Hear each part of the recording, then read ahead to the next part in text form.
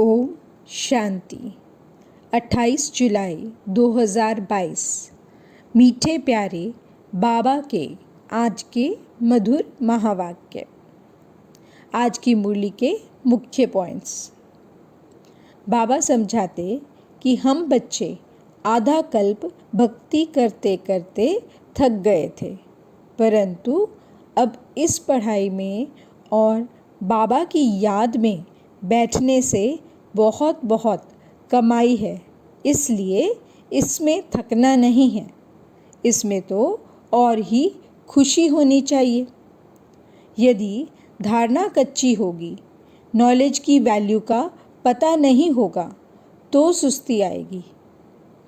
बाबा समझाते कि जैसे बाप दुख हरता सुख करता है, वैसे बच्चों को भी बनना है। किसी को भी दुख नहीं देना है, सबको सुख का रास्ता बताना है। जब हम बच्चे अपने को ट्रस्टी समझ दिल से सब कुछ बाबा को सरेंडर करते हैं, तो चाहे गृहस्थ व्यवहार में हो तो भी जैसे शिव बाबा के खजाने से खाते हैं।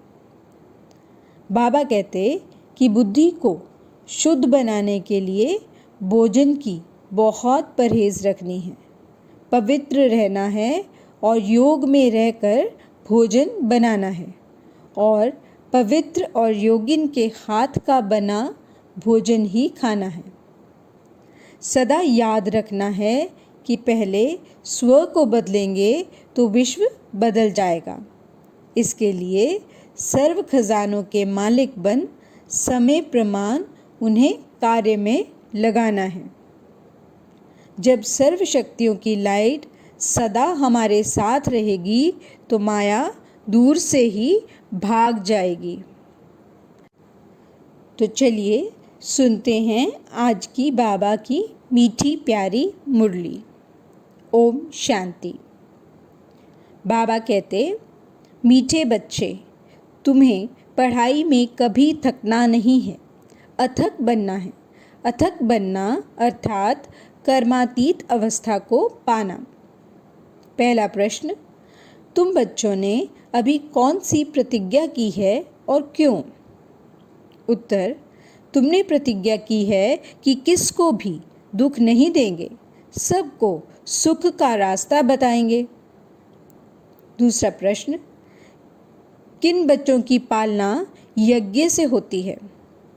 उत्तर, जो अपने को ट्रस्टी समझते हैं, अर्थात पूरा दिल से सब कुछ सरेंडर करते हैं।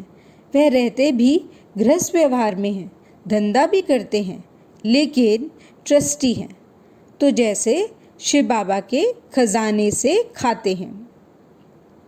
गीत। तुम ही हो माता पिता, तुम ही हो बंधु सखा, तुम ही हो। ओम शांति। बच्चों को बाप मिला है और अब अनुभव से कहते हैं कि बरोबर कांटे से फूल और कोई बना नहीं सकते। भारत दैवी फूलों का परिस्थान था, अभी कांटों का जंगल है। तुम बच्चे अभी जो सुनते हो वह महावाक्य सुनते हो। यह सुनाने वाला ऊंच से ऊंच बाप है ना। उनकी हर एक बात महान है, महान सुख का सागर है, महान ज्ञान का सागर है, महान शांति का सागर है। बच्चे अच्छी रीति समझ चुके हैं। आगे हर बात में कांटे थे, हर कर्मेंद्रियों से एक दो को दुख ही देते थे। अब हम खुद ही कर्मेंद्रियों से किसको दुख ना देने की प्रतिज्ञा करते हैं। जैसे बाप दुख हरता सुख करता है, वैसे बच्चों को भी बनना है। कोई को भी दुख नहीं देना है, हर एक को सुख धाम का ही रास्ता बताना है। यह सब ब्रह्मा कुमार कुमारियाँ किसकी मत पर चलते हैं?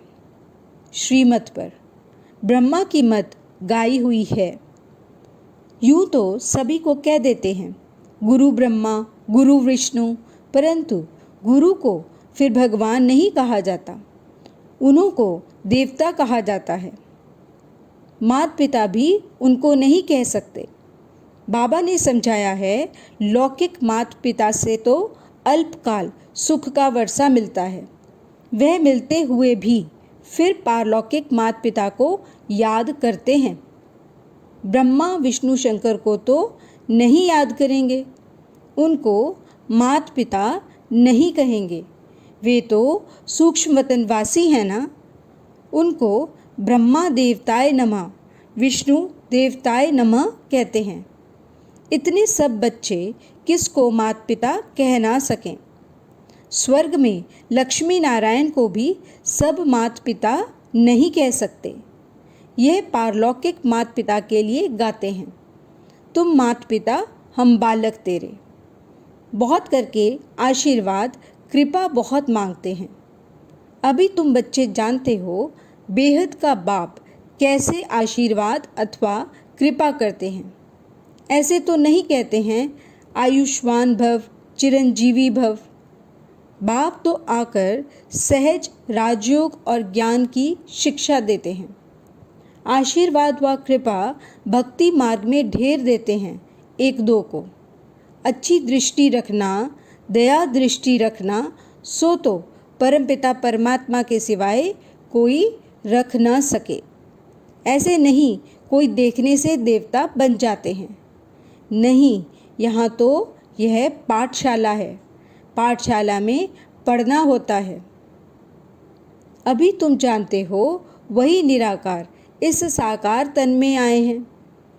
मम्मा, बाबा, दादा, यह कुटुंब हुआ ना, ईश्वरीय परिवार।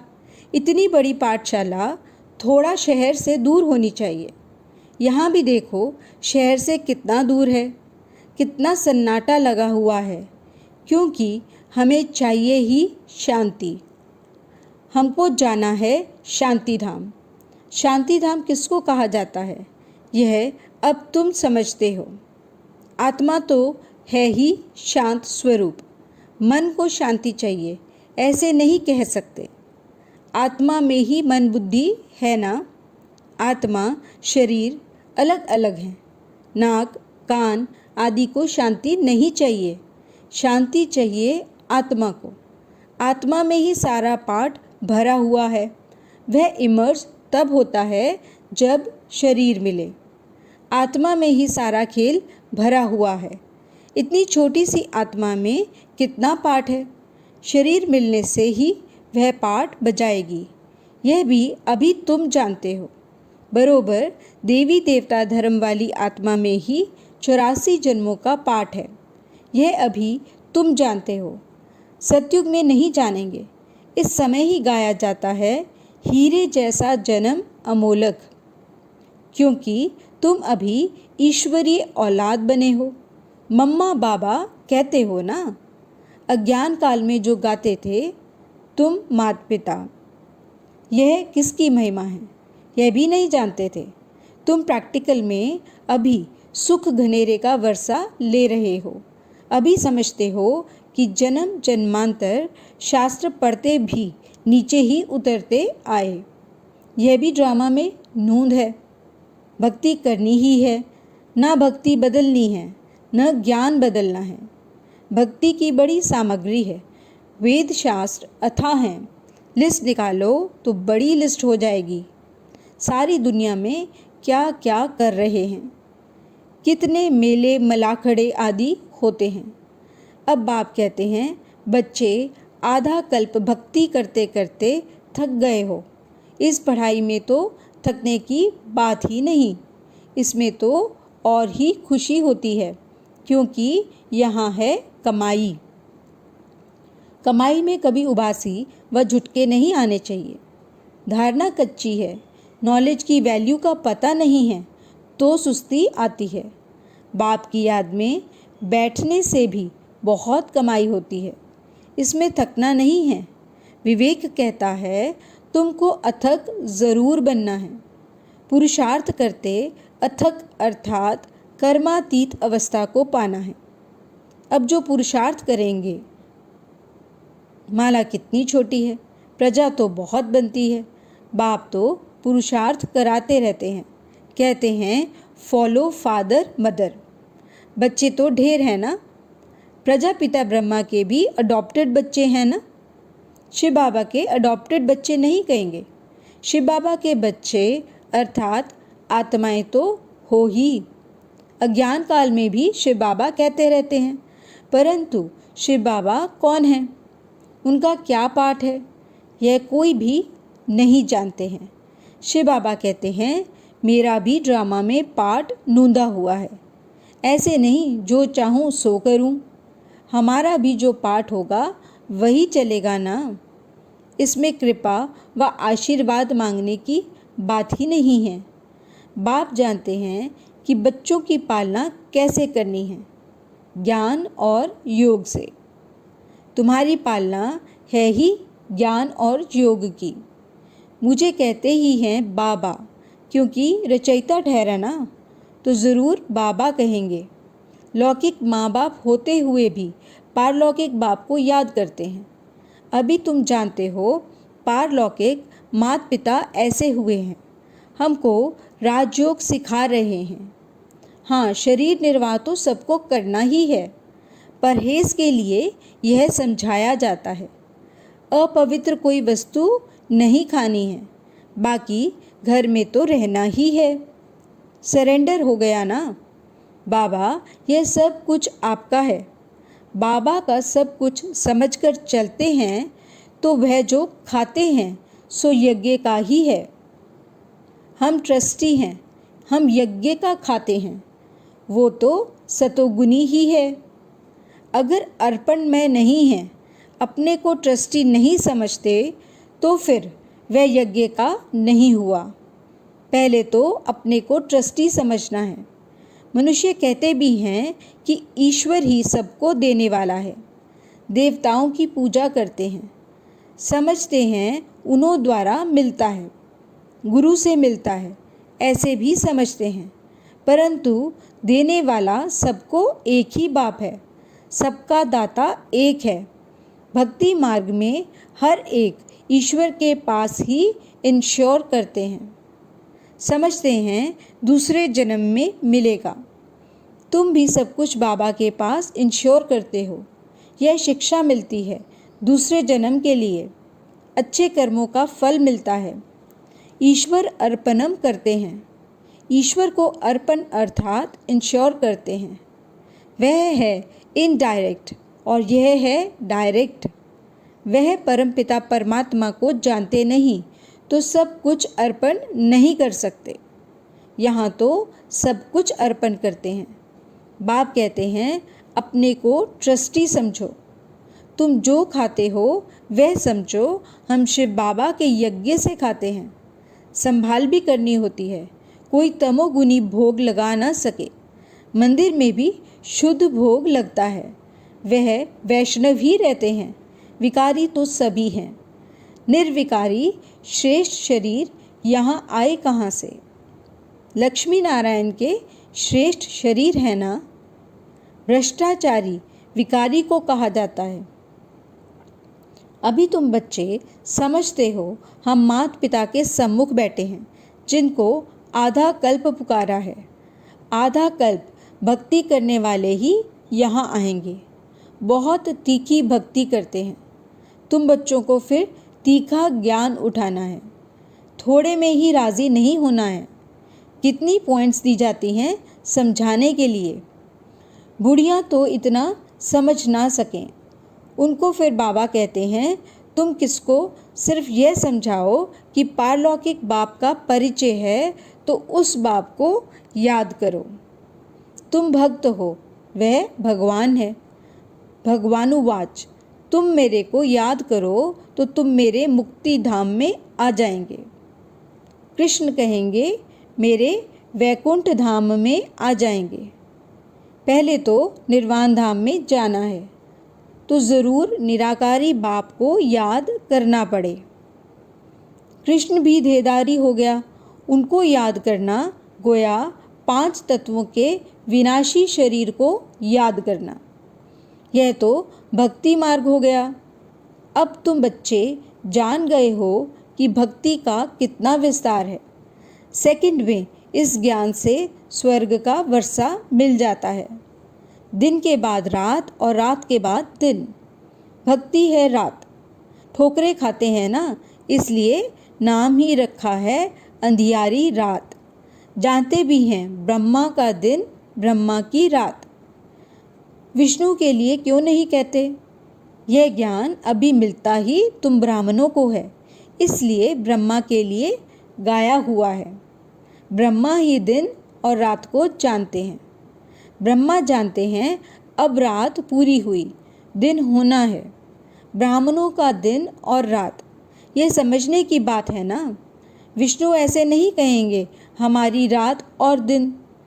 तुम कह सकते हो। इस ज्ञान से ही हम इतनी ऊंची प्रारब्ध पाते हैं।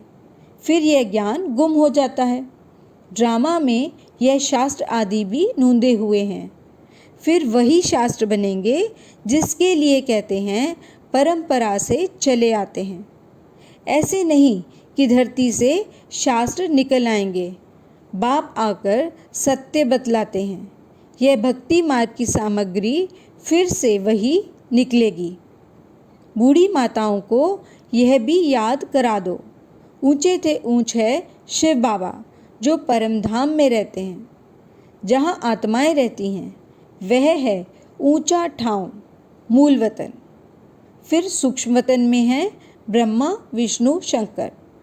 फिर स्थूल वतन में आओ तो पहले लक्ष्मी नारायण का राज्य है जो नई रचना बाप रच रहे हैं। पतितों को पावन बना रहे हैं। कहते भी हैं पतित पावन आओ, तो ज़रूर सारी सृष्टि पतितों की है, उनको आकर पावन बनाते हैं। जो मेहनत करेंगे वही पावन दुनिया में आएंगे। मूल बात है अपने बाप और घर को याद करना।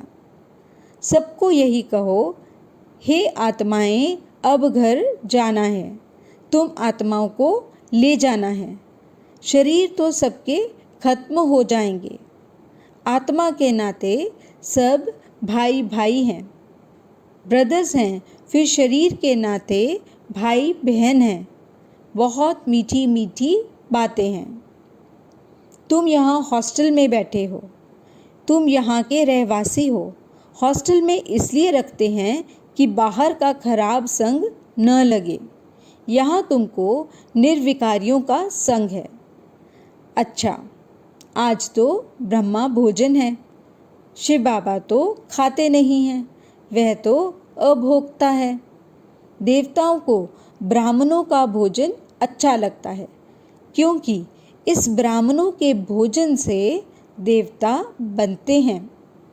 तो ब्राह्मणों के भोजन का कितना महत्व है, उनका बहुत असर पड़ता है। तुम्हें पक्के योगियों का भोजन मिले तो बुद्धि बहुत अच्छी हो जाए। सारा दिन शिव बाबा की याद में रहकर कोई स्वदर्शन चक्र फिराते भोजन बनाए, ऐसे योगी चाहिए। पवित्र तो बहुत होते हैं। विधवा माता अथवा कुमारियाँ भी पवित्र होती हैं, परंतु योगिन भी हो। योगिन के हाथ का बनाया हुआ भोजन मिले तो तुम्हारी बहुत उन्नति हो जाए। 5-7 ऐसे योगी बच्चे हों जो याद में रहकर भोजन बनाएं। इससे तुम्हारी अवस्था बहुत अच्छी हो जाएगी। योग में बहुत मदद मिलेगी। अच्छा, मीठे मीठे सिकीलदे बच्चों प्रति माता पिता बाप दादा का याद प्यार और गुड मॉर्निंग। रूहानी बाप की रूहानी बच्चों को नमस्ते। हम रूहानी बच्चों की रूहानी बाप दादा को याद प्यार, गुड मॉर्निंग और नमस्ते। धारणा के लिए मुख्य सार। पहला पॉइंट, माता पिता को फॉलो करते हुए ज्ञान योग से सबकी पालना करनी है, उसी पालना में रहना है। ज्ञान योग में तीखा जाना है। दूसरा पॉइंट, पवित्र और योगिन के हाथ का भोजन खाना है। बुद्धि को शुद्ध बनाने के लिए भोजन की बहुत परहेज रखनी है। वरदान। स्व परिवर्तन द्वारा विश्व परिवर्तन के निमित्त बनने वाले सर्व खजानों के मालिक भव। आपका स्लोगन है, बदला ना लो, बदल कर दिखाओ। स्व परिवर्तन से विश्व परिवर्तन। कई बच्चे सोचते हैं, यह ठीक हो तो मैं ठीक हो जाऊं, यह सिस्टम ठीक हो तो मैं ठीक रहूं, क्रोध करने वाले को शीतल कर दो तो मैं शीतल हो जाऊं, इस खिटखिट करने वाले को किनारे कर दो तो सेंटर ठीक हो जाए। यह सोचना ही रॉन्ग है। पहले स्व को बदलो तो विश्व बदल जाएगा। इसके लिए सर्व खजानों के मालिक बन समय प्रमाण खजानों को कार्य में लगाओ। स्लोगन। सर्व शक्तियों की लाइट सदा साथ रहे तो माया दूर से ही भाग जाएगी। अच्छा, ओम शांति।